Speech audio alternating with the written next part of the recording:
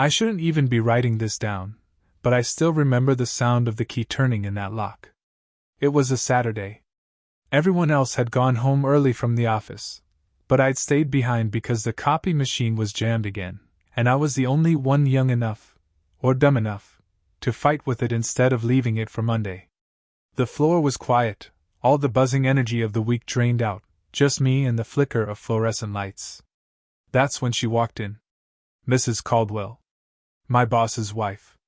I'd seen her before, at the holiday party, in passing when she dropped off lunch or paperwork. She had that calm, practiced smile of someone who knew how to stand in a room without asking permission. She was in her 40s, but nothing about her presence felt old. If anything, it made everyone else feel young and a little careless in comparison. She paused in the doorway when she saw me bent over the machine. "You're still here?" Her voice carried a kind of disbelief, but softer than a scold. I straightened, brushing toner off my hands like it was no big deal. "Yeah. Thought I'd save Monday morning chaos. No one likes facing a broken copier." She smiled at that, small, restrained, but her eyes lingered longer than they needed to. I noticed, even though I pretended not to. The office felt different with her standing there. Too quiet. The kind of quiet where you suddenly hear your own heartbeat. "I was just dropping something off for my husband," she said, holding up a slim folder like proof. She set it on his desk, but didn't leave. Instead, she walked closer, her heels soft against the carpet. I tried to look busy, tugging uselessly at a paper tray. "You probably have better things to do on a Saturday. Better than watching someone wrestle with office equipment?"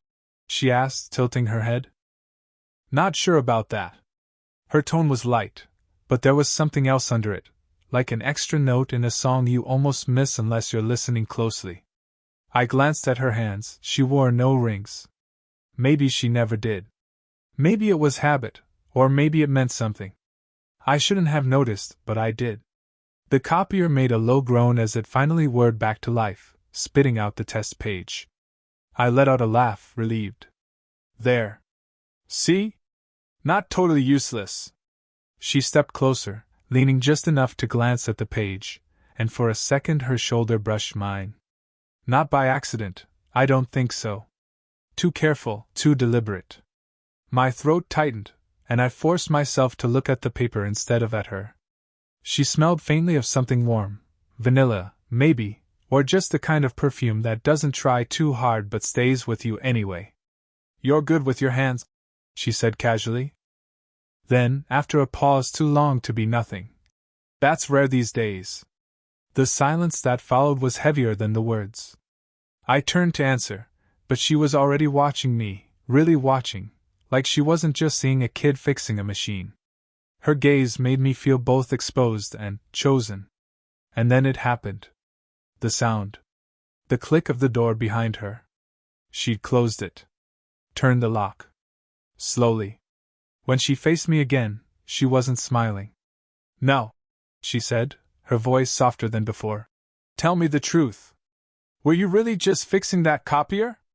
I told myself not to look at the lock, not to think about the sound it made. But once you hear it, you can't unhear it. She leaned against the desk, arms folded, not defensive, more like she was holding something back. The silence between us wasn't the same as before. It felt chosen.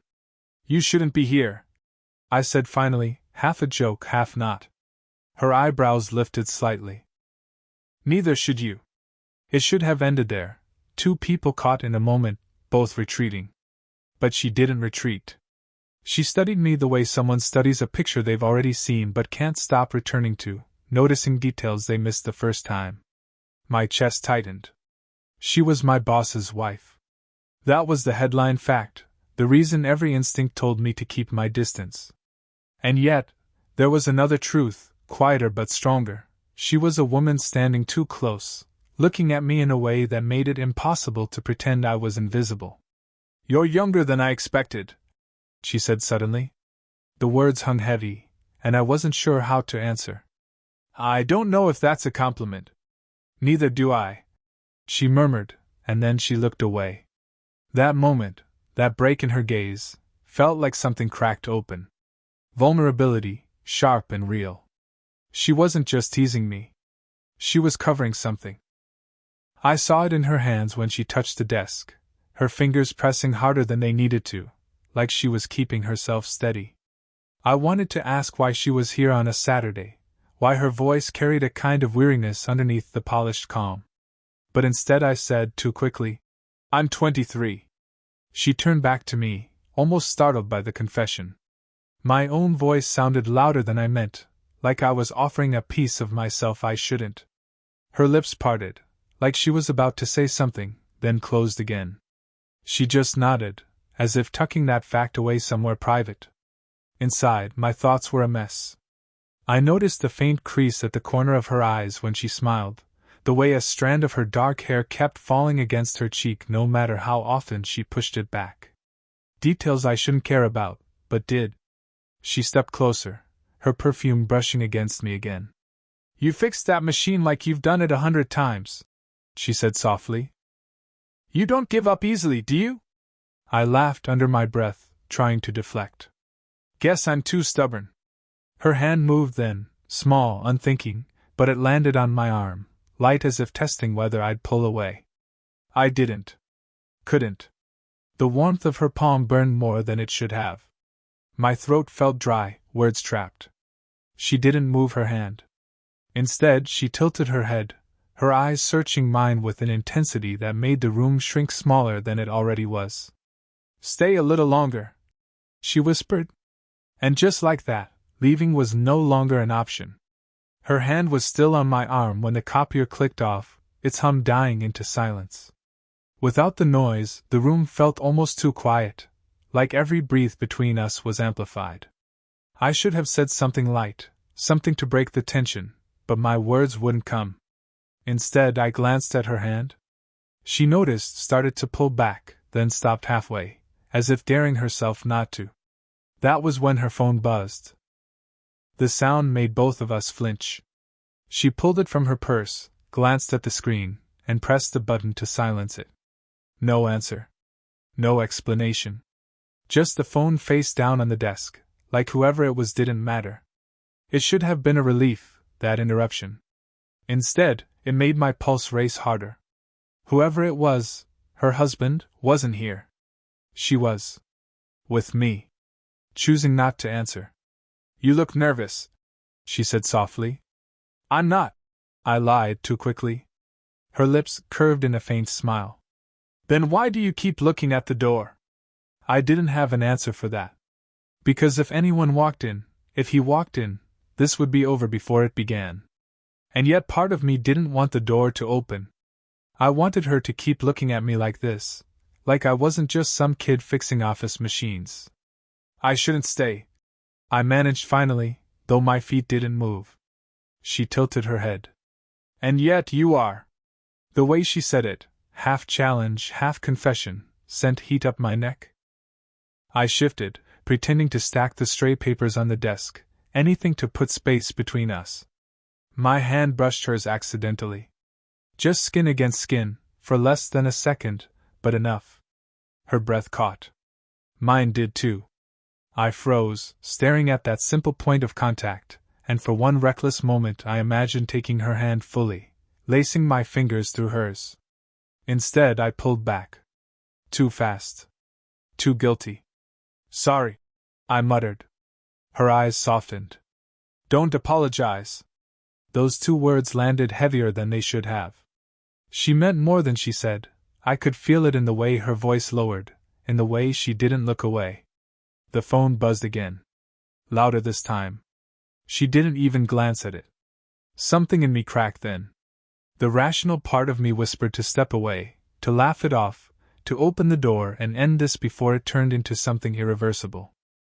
But the rest of me, the bigger part, was caught in her silence, in the way her body angled toward mine, in the sharp awareness that she wasn't asking me to leave. I swallowed hard. "If someone, no one's coming," she interrupted, her voice almost a whisper. The certainty in her tone made the air between us electric, heavy, alive. And then she leaned in, not enough to close the space, just enough to make me feel the heat of her breath. The question hung there, unspoken but undeniable. Were we about to cross the line? Her nearness was unbearable. The air between us thickened, charged with something I couldn't name out loud without breaking it. I tried to step back to give her space, but my heel hit the filing cabinet. No escape. "You keep looking like you want to say something," she said, her voice low, searching. "So say it." The words pinned me where I stood. My mouth went dry. I should have denied it, brushed it off with a joke. But something in her gaze told me she wouldn't believe it. "I shouldn't," I said. Her eyes flickered. "That doesn't answer the question." I dragged in a breath, staring at the papers scattered across the desk, safer than looking at her. But then she moved closer, and I couldn't hide in details anymore. Her perfume, the faint warmth radiating from her body, it was all I could feel. "You're not what I expected," I admitted, the words breaking free before I could stop them. Her lips parted slightly. "And what did you expect?" I shook my head, embarrassed, fighting the heat in my chest. "Someone untouchable. Someone who doesn't even notice people like me." Silence. For a second, I thought I'd ruined everything. Then she stepped closer, so close I could see the faint smudge of eyeliner under her lashes, the curve of tension in her jaw. "Do I look like I don't notice you?" she asked softly. That single line tore through me. I wanted to answer, yes, no, anything, but my throat locked. Every excuse, every barrier I'd been clinging to, cracked open under her stare. Her hand lifted, hesitated in the air, then settled lightly against my chest. Not a bold touch, just fingers pressing against the fabric of my shirt, as though testing if I was real. The room seemed to tilt. I caught her wrist gently, meaning to push it away, but I couldn't let go. My thumb brushed against her pulse, and I felt it racing, fast as mine. "Mrs. Caldwell," I whispered, though the title sounded wrong now, too formal, too distant. She shook her head, cutting me off. "Don't call me that." The weight of those words made my breath catch. She was tearing down the last line between us, daring me to cross it. But before I could answer, the phone buzzed again, louder, sharper, insistent. The sound shattered the fragile stillness. Her hand lingered against my chest, neither pulling away nor pressing closer. Her eyes stayed locked on mine, full of questions she wasn't speaking aloud. I swallowed hard, caught in the middle of what I wanted and what I knew I shouldn't. The phone buzzed again. She didn't move. Neither did I. And in that suspended silence, her lips parted, just enough for a single question to escape, barely above a whisper. "Do you want me to stop?" Her question, "Do you want me to stop?" hung between us like a lit match. One breath, and the whole room could burn. I opened my mouth to answer, but before I could, the phone lit up again. Not just a call this time, messages, one after another, the screen glowing insistently on the desk. And then I saw it. My name. I froze. My stomach dropped. She glanced at the phone, then back at me, eyes wide.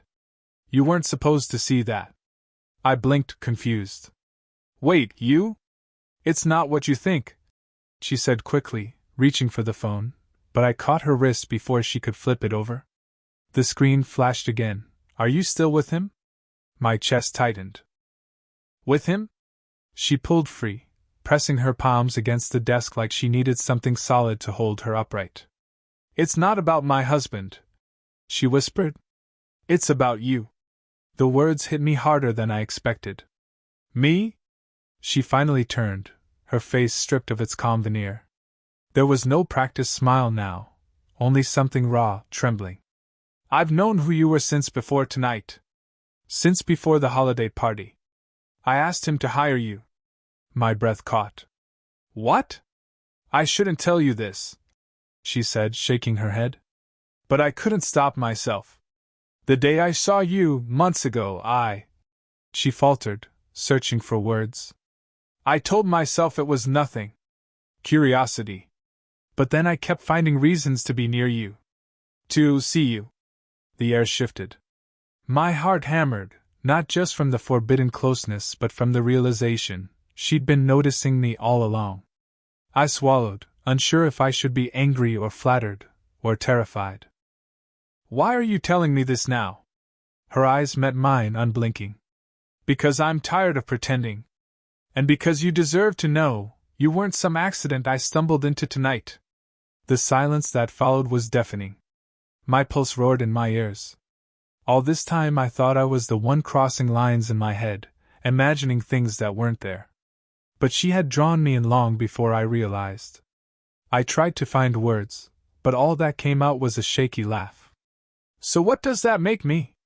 A mistake you've been planning? Her face tightened with something like pain. No. You're the only thing that hasn't felt like a mistake in a very long time. The honesty in her voice nearly broke me. My throat ached, and I found myself stepping closer without thinking. But then, 3 sharp knocks at the office door. We both froze. Her hand shot out, gripping mine in sudden panic, her eyes wide, pleading without words. The knocks came again, louder. And in the silence after, her voice broke barely above a whisper. Please, don't say anything. The knocks faded, leaving only silence. Whoever it was must have given up, but the echo stayed in my chest, heavy and accusing. Her hand was still clutching mine. Not gently, tight, desperate, like letting go would mean everything crumbling at once. I felt her pulse hammering against my skin. I whispered, We can't keep, I know. Her voice cracked, low and urgent. She didn't release me. But I don't want to lie anymore. Not to myself. Not to you. Her eyes searched mine, and for the first time all the layers she wore, the composed wife, the practiced smile, the untouchable woman, were gone. What was left was just her. Raw. Uncertain. Human. I should have walked away. That would have been the clean choice, the safe one. But my chest ached at the thought of it. All those weeks I'd been noticing her voice in a crowded room, her silence when she thought no one was looking, suddenly had weight. It wasn't just me. It had never been just me. I've thought about this, I admitted, my voice shaking. Too much. I tried to push it down, pretend it wasn't there. But the truth is, I broke off, running a hand through my hair, almost ashamed to say it. The truth is, I can't stop thinking about you. Her breath hitched, a sound halfway between relief and fear. She stepped closer. Say it again. I swallowed hard. I can't stop thinking about you. For a heartbeat, either of us moved. The words hovered in the stillness, dangerous but undeniable. Then she pressed her forehead lightly against mine, her hand still wrapped around my wrist. Not a kiss. Not yet. Just closeness, trembling and fragile. I don't know how this ends, she whispered. I can't promise you anything clean, anything easy. All I can give you is what's real. Right now. Her honesty tore through me more than any touch could. Because she wasn't offering a fairy tale. She was offering something broken, flawed, but honest. I closed my eyes. That's enough. Silence stretched. Her breath brushed my cheek, warm and uneven. For a moment, the whole world shrank to this. 2 people, either brave enough to let go, both terrified of what holding on would mean. Finally, she pulled back just enough to look at me. Her gaze was steady, fierce, almost defiant. Then don't walk away, she said. I didn't answer with words. I just stayed. I never thought a Saturday in the office would change me. But when I look back now, I know that was the night everything shifted, not just between us, but inside me. She didn't let go of my hand until much later. We stayed there in that quiet office, with the copier humming its useless calm and her phone buzzing unanswered on the desk. Neither of us crossed the final line, not then. But in a way, the words we shared, the silence we chose to stay in, it meant more than any kiss could have. Because that night she told me the truth. And I told her mine. I walked into that office thinking she was untouchable, a figure in the distance I wasn't allowed to imagine too closely. I walked out knowing she was flesh and blood, with flaws, regrets, and longings of her own. She wasn't just the boss's wife. She was a woman who wanted to be seen. And for one night she let me see her. And me? I wasn't just the kid fixing machines anymore. I wasn't invisible. I was someone who mattered enough for her to lock the door, to silence the calls, to choose to stay. We didn't make promises. We didn't map out the future. It wasn't that kind of story.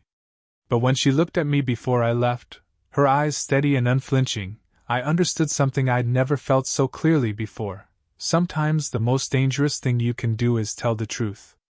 And sometimes the most dangerous thing you can do is stay. That night, we both stayed. Maybe that's why this story has stuck with me, not because of what happened, but because of what didn't. The almost, the pauses, the way silence carried more weight than words.